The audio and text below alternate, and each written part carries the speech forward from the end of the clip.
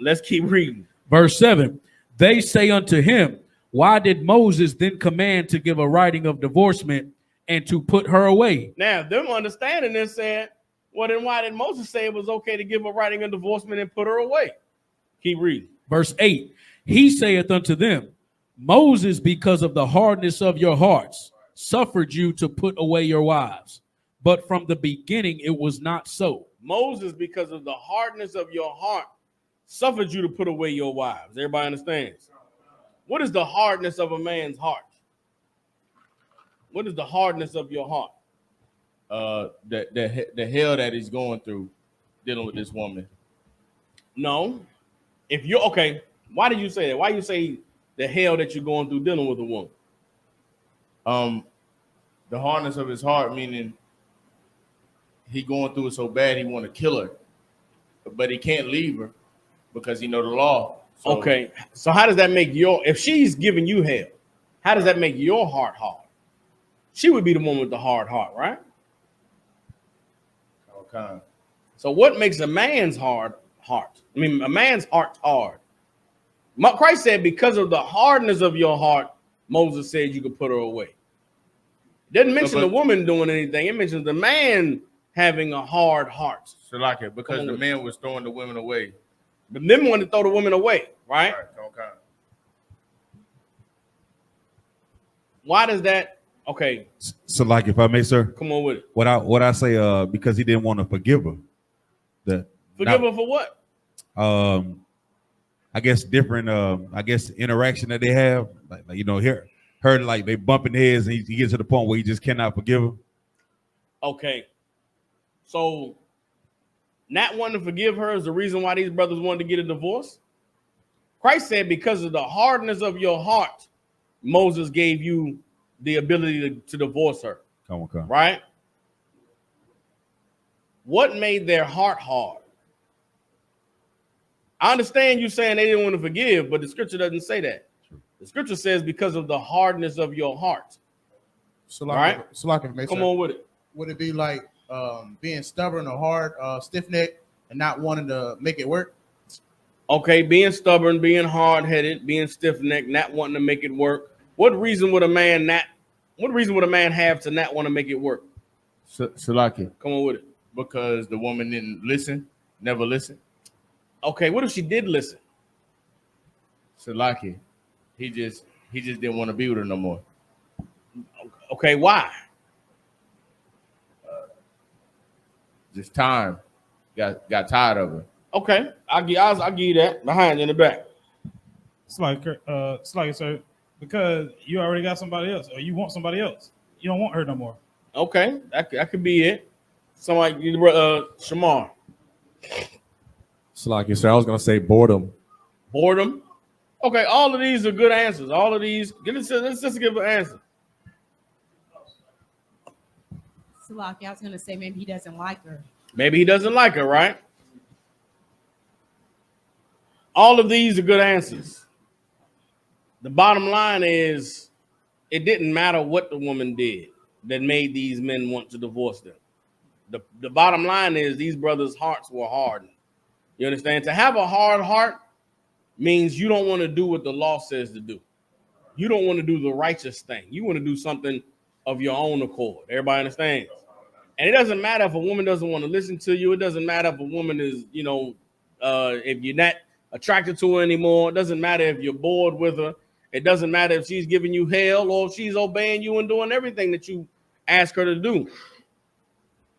Marriage is something that you have to be willing to put in the work for.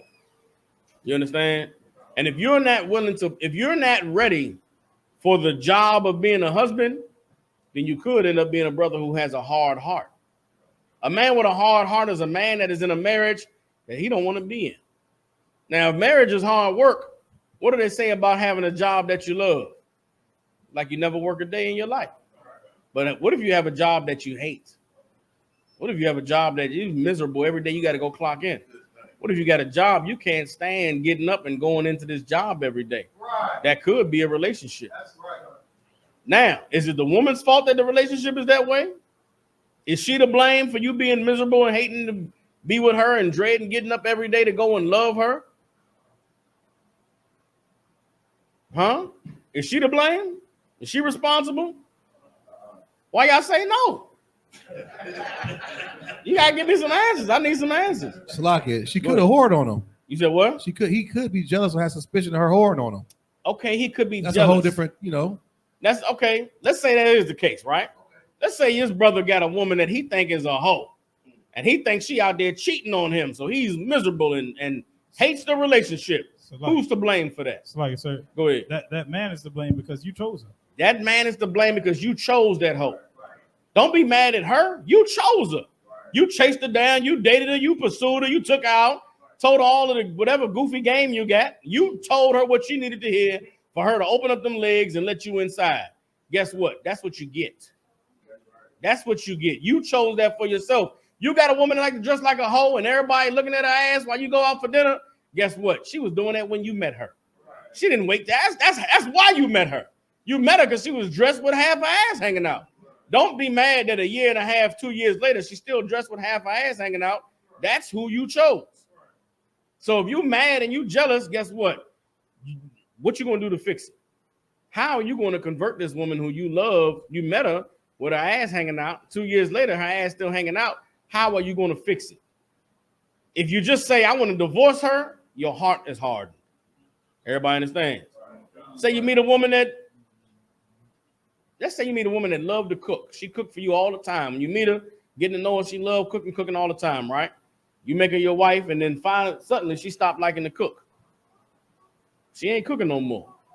What you gonna do? You're gonna be like, man, this hoe switched up on me, man. I laid her down, made her my wife. Now she don't cook no more. I want to get rid of her because she don't cook no more. Guess what? You chose that woman. You better go to the drawing board and find out why she stopped cooking. You better go to the day she stopped cooking and say, what the hell did I do that made this? What didn't I do? Maybe it was a bad session that night. Maybe y'all became one and it wasn't the way she normally liked it. Maybe you didn't do that thing you did when y'all first got together. Maybe you got lazy and comfortable over 6 months. Maybe you stopped talking to her or stopped, flipping her over. Maybe you stopped grabbing her neck. Something you did made the food stop getting made. If you're going to throw your hands up and say, man, I'm done with this woman, I'm going to get me another one. Guess what? The next one going to stop cooking for you too. Because you a nigga that in the beginning, it's a joy to cook for you. But after a while, I ain't going to cook for this nigga no more. You think getting a new woman going to change the problem? What if you the problem? You're going to go through 5 women who have the same problem and you throw them away and get rid of them and think that, man, these women ain't nothing. Nah, brother, maybe you ain't nothing. You understand? Christ said these brothers' hearts were hardened because rather than getting to the bottom of the reason why their relationship wasn't working, they gave up on these women and wanted to throw them away. But that's not the way the Most High meant it to be. The Most High never wanted a man to throw a woman away. You choose a woman, you better be ready to deal with everything that comes with that woman, or else don't choose her. And we're going to go into that further as we read down. Go on with it. So like, sir, it's like you had said in a class a while back. You know what I'm saying? Sometimes, brothers, you got to be soft and tender with that woman. Come on, man. What I'm saying? You got to. You can't, like, we deal with enough stuff in the world. You can't take everything that you deal with in the world into the house to that woman because she's not made to deal with that. So if you have to be a teddy bear for your woman, be that teddy bear sometime for your woman, man. Let her know that you love her. So and really what it boils down to, get that brother a hand what he brought up. Also, what it boils down to is you have to understand that a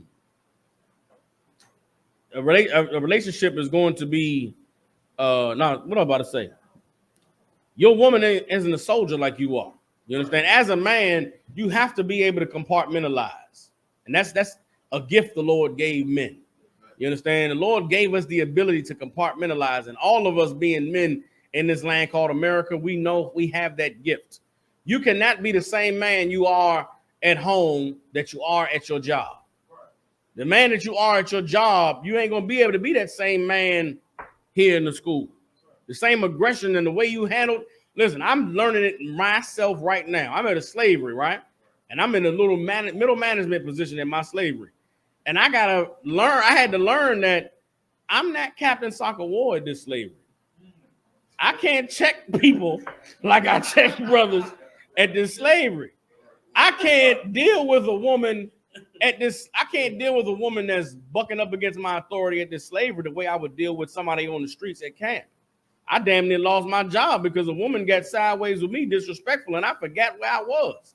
I forgot she was talking to Chief at the job, and that captain, I thought she was talking to Captain 10,000 Sakawar. Man, I blazed on this broad so hard at the job, and they had to, Hamite had to catch me like, hey, bro, what you tripping? Hamite was like, chill, dog. Nah, don't do it. I'm like, nah, fuck it. I'm going off on the broad because I forgot where I was at. But I'm learning now that I got to compartmentalize. When I go into this slavery, I got to be the cat that's on this piece of paper that's getting this paycheck. When I come in here and deal with the brothers and sisters in the school, I got to be Captain 10,000 Sakawar. When I'm dealing with my woman at home, I got to be the husband that she knows, and I got to be the father that my daughter needs. So as a man, you have to learn to do that in your relationship. There's going to be different roles and different times you got to assume those roles in that relationship. Especially if you're dealing with a woman. Women can be unbalanced sometimes. You're not going to get the same woman every day all the time. If you've been with a woman long enough, you'll learn that for 3 weeks, I get the one kind of woman. Then there's a week that she's not herself. Right. You learn how to deal with that. Well, guess what? As you learn that about your woman, start to plan ahead on being who you need to be for her in that moment. You understand? Too often what brothers do is you become, over the life of a relationship, you fall in love with a woman and you get soft on her. You become a whole different man than you was when you first met her. A lot of the reasons why women choose brothers is because of how hard you are and how stone cold you are and how sometimes you really kind of, yeah, I like you being around, but I don't really need you here. Well, I like you, but you all right. Then after a while, you be so in love with a woman and she do so much for you that you just some super soft, buttery pancake. And she like, where that hardcore cat at? So to get you to be that man, she gonna argue with you. She gonna fight with you. She gonna buck up because she want that cat that, she want that cat that you was in the beginning. So sometimes you got to learn that about yourself. You got to, if you a lover boy, I'm a lover boy. I know I talk a whole lot of player pimping, but I'm really soft. But women, sometimes a woman choose a man because you got that player in him. You can't lose that player, brother. You can't be 2 years, 3 years in a game and you just all cuddly and want to have matching outfits and, you know what I'm saying, snuggle all the time. Listen, it'll happen to you. Don't you laugh? It'll happen to you. You understand? You got to not lose yourself. Listen, you got to not lose yourself in how good that woman is, because she gonna need you to still be that cat that you was in the beginning. You understand? So you can lose yourself in a woman. Right. And sometimes you lose yourself. That woman will be like, oh, I got him now. He ain't going nowhere. And now she stopped cooking. Now she stopped putting on that nice stuff you used to like. She stopped getting her hair did because why should I? Why I gotta keep up appearances? I got this nigga already. He done for. We matching outfits, bitch. He ain't going nowhere. You got to still be on some. Yeah, I'm matching his outfit this time, but next week you got to put your foot down and find ways to flex on a woman. Sometimes you stop hanging out with the boys because you love being home with her. Man, go out just cause. Yeah, I'm going out with the Occam tonight. What you mean? You don't like going out with them? I thought you said you liked this. I'm going out, woman. Don't ask me no questions. You go get real fresh. Go get fresh like you finna go try to snatch something up. Even though you don't even want to go out the house, you really want to cuddle with her and watch CSI. Brother, you got to leave the house. You got to get out the house just because it'll keep her looking at you the way she looked at you in the beginning. Too often, man, brothers, we fall in love and get weak, and then the woman like, who's this? He ain't that, where the nigga at that, So you got to keep that, learn to compartmentalize. Everybody understand? So, Lakia, let's keep reading. Let's keep reading Matthew 19. Now we at, let's read verse 8 again as you go on down. Matthew chapter 19, verse 8. He saith unto them, Moses, because of the hardness of your heart, suffered you to put away your wives. But from the beginning it was not so. Verse 9. And I say unto you, whosoever shall put away his wife, except it be for fornication. Now, if you put away your wife for any reason other than she was a hoe, you understand? That woman you got to know she a hoe. She done dealt with another man. Now, what is fornication? What does it mean that a woman dealt with another man? Does that mean she have to have sexual intercourse with him? Does that mean the other man's rod has to go inside of your woman? Sir. No, does not mean that. You understand? Fornication is fornication is a woman choosing another man. You understand? And there's many ways that a woman chooses a man, even before a penis is involved. Everybody understand? You find out your woman been texting some cat. You understand? Behind your back, she texting them little, you know, I miss you. I can't wait to see you at work tomorrow, brother. You need to come get counsel. That woman might have committed. She might have committed fornication. Everybody understands? Don't wait till you find a penis in her mouth. You find out that woman is being disloyal in any kind of way. Get some counsel so you can get that situation dealt with. You understand? You had to say something? No, you hit on the head. Most High Christ. Yeah, come. So let's keep reading. And shall marry another committeth adultery, and whoso marrieth her which is put away doth commit adultery. So you can't put a woman away unless she committed fornication. And if you put a woman away for anything other than fornication and go get another woman, then you've committed adultery. Everybody understands? So there's a lot of brothers that'll find a way, find an argument, create a reason for a woman to leave. A lot of brothers just stop paying attention to a bro. They do some shit. They do something you don't like. You just stop calling. Won't text her no more. And then you say to yourself, well, that hoe wasn't with me anyway. I stopped calling. The hoe stopped. I ain't hear from her. You understand? If she didn't do anything wrong, then you just put that woman away. You can tell yourself whatever you want, but the Lord know you put that woman away. Everybody understand? Don't do that, man. Don't play it like that. Especially if you're in that situation where you got a woman and you like, man, this hoe ain't what I thought she was. Make her leave you. Don't do things on purpose to make her, you know what I'm saying, fall off. Just you be the man that the Lord called you to be, and you being that man gonna run away anyway. Right. You understand? Stop compromising. Stop being some man that you really not. You should not be in a relationship with a woman where you uncomfortable or you feel like you can't be yourself. That's how you know you played yourself. You done hid parts of yourself to get with this woman. Now you got with her and you unhappy because you ain't got the freedom to be you, brother. You in a bad place. How about you be the man that you are? And if that woman don't like it, she'll leave, and the Lord will say, you know what? She wasn't fit for you. Everybody understands. Sometimes the Lord will deliver you if you stand strong in masculinity and be the man he called you to be. He'll have that woman leave, and it'll be him delivering you. You could. There's a way that you could be, you know, passive aggressive about it. The Lord don't like that. Everybody understands. All right, keep reading.